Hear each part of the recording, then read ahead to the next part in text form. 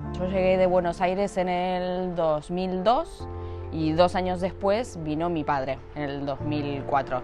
Y todos estos años vivimos él y yo solos aquí, separados. Sí que es verdad que yo viví unos años en Barcelona y en el 2020, después como un poco de toda la pandemia y mi padre teniendo ya 70 años, me pareció que ya era buena idea que volver a Sitges, que es el lugar al que yo había llegado con 18 años. Y entonces ahí fue cuando en el 2020 vine y lo que le planteé es que por qué no se había apuntado nunca en la lista de los pisos de protección oficial, y él como porteño desconfiado me decía como, claro, eso no toca, eso es para los amigos. Y yo, papá, por favor, un poco de responsabilidad civil, esto sí que es así, funciona con listas, hay que darse de alta. Entonces lo convencí y nos dimos de alta juntos, también por un tema de burocracia y de jubilación un poco que él necesitaba que yo lo acompañara. Y entonces nos apuntamos en las listas un poco y aquí estamos. Estuvimos todo el mes de enero, después empezó quimio, empezó radio.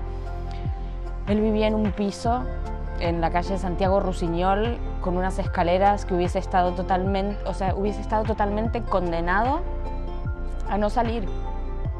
En ese momento, por eso arranqué diciendo que estábamos solos, papá y yo estuvimos solos todos estos años. Claro, yo la primera semana de enero me vi con mi padre en silla de ruedas, perdiendo facultades no solo físicas, sino que cognitivas, pero en un piso en el que yo, silla de ruedas, ascensor, me pudieron gestionar porque todavía hay alguna cosa de pie podía hacer todavía, no me quedaba muy segura yo, pero lo podía duchar en la silla de ruedas, podíamos bajar a tomar el sol. O sea, de los pisos, de los que no estaban adaptados, porque cuando entramos en el sorteo no había una necesidad de adaptación.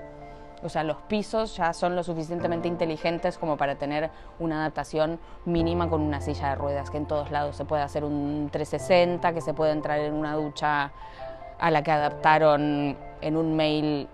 Envié un mail y a los 3 días ya me estaban poniendo para que se pudiera coger. Entonces, creo que al final, creo que lo bonito es eso.